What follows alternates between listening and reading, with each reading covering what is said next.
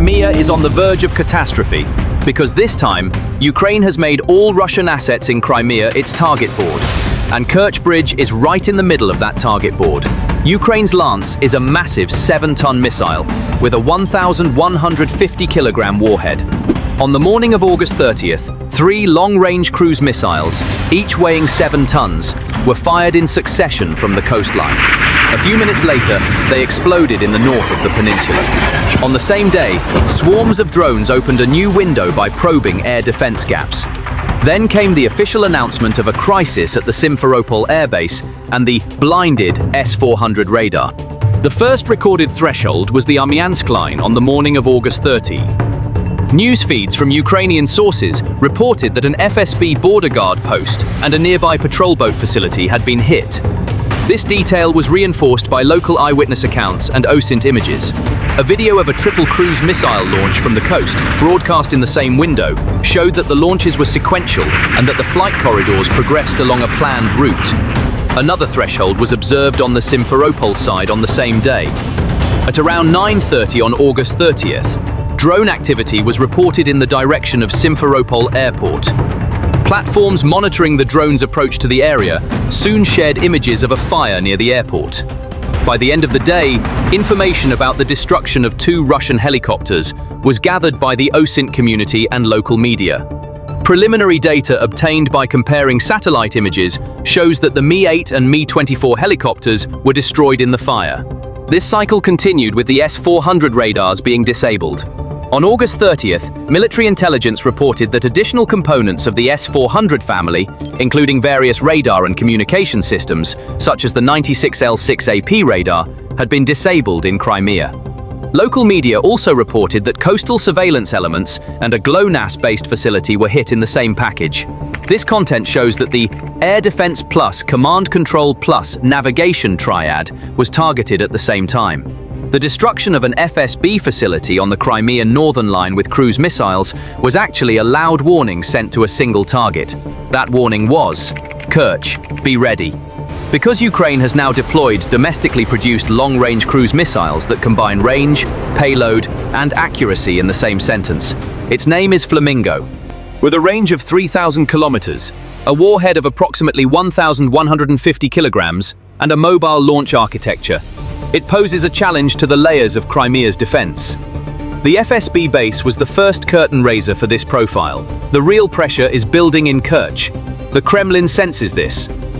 The series of fires in Crimea has completely changed the current risk map of the most sensitive point of the Black Sea Azov logistics, namely the Kerch Bridge. What we are discussing today is more than a single strike. It is the birth of a regime of continuous pressure. The short way to understand this change is this. The range is now longer than the geography. The warhead is now as heavy as concrete, and the launch point is now as flexible as movement. The pace that Crimea's air defense has been able to withstand until now was limited to cheap threats and single-vector tests. Flamingo adds heavy, persistent, and multi-axis pressure on top of this pace. Moreover, its domestic production nature provides freedom of use unhindered by third-party constraints.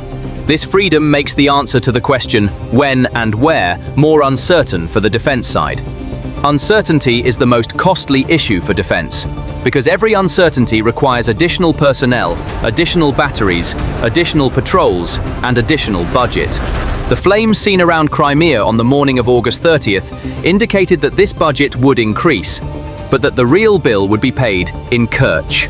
The strike on the FSB facility in North Crimea and the accompanying naval element showed that a technical window had opened. The burning of helicopters parked in Simferopol during the same time window was another sign of temporary blind spots in the air picture. Even a few hours of interruption could be enough for a long-range missile flying at low altitude, hugging the terrain, and with a low sonar profile to use the window. Therefore, the FSB base was not an end, but a beginning. The message was clear.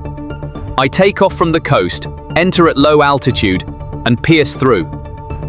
A single hit is not enough to make such a statement, but seeing damage images in 3 separate layers in a single day indicates layer fatigue. Fatigue is a word that directly faces Kerch. The Flamingo missile is a domestic cruise platform with a range of 3,000 kilometers, a warhead weighing over a ton, and high accuracy. In other words, a Flamingo missile launched from Kiev, Ukraine, could target many Russian cities, including Moscow, and destroy many factories that feed Russia's war industry in minutes. The FSB base is a cover. The file inside is Kerch. The Kerch Bridge has been one of the most symbolic and real targets of this war for years. Symbolic because it produces a political image. Real because it connects the Azov Basin with the Russian mainland's land logistics in a single line. If the lines are broken, the rest of the map becomes meaningless for a while. Until now, the bridge has been tested by methods coming from the sea and underwater. It has sometimes suffered heavy damage, sometimes been quickly patched up. But now, a new layer has been added to the picture. A domestic long-range weapon that can approach from land, from protected areas, from multiple axes at low altitude, operating with a high-impact sustainable quantity balance. This layer changes not only the question of where to strike the bridge, but also how often it will be challenged. That's why Flamingo doesn't need to be marketed as a game changer. A 1,150 kilogram warhead is heavy enough to be a plan changer. Thinking in terms of how many hits does it take to destroy the bridge is incorrect, and one must never fall into the trap of issuing tactical instructions. Nevertheless, there is a technical reality.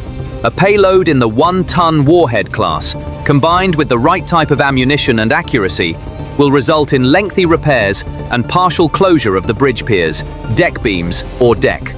This closure could mean days or weeks. The plan, type, and accuracy vary depending on the geometry. This is where Flamingo's discipline comes to the fore. The combination of low altitude, terrain following, and mobile launch means that its origin remains instantaneously ambiguous. Ambiguity requires the defense to be equally thick everywhere. The defense cannot be equally thick everywhere. No one can. That's why the bridge is no longer a one-shot surprise. It's an element of persistent pressure. Ебать! Твою мать, блядь!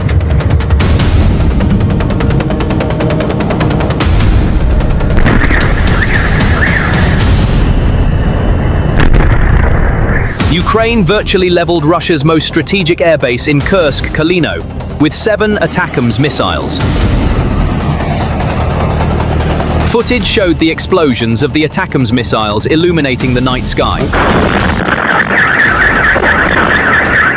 Footage taken from inside a vehicle by airbase personnel also revealed the characteristic moment of the M74 submunition exploding on the airbase's grounds. The sparks from the missiles created a deep sense of panic at the airbase.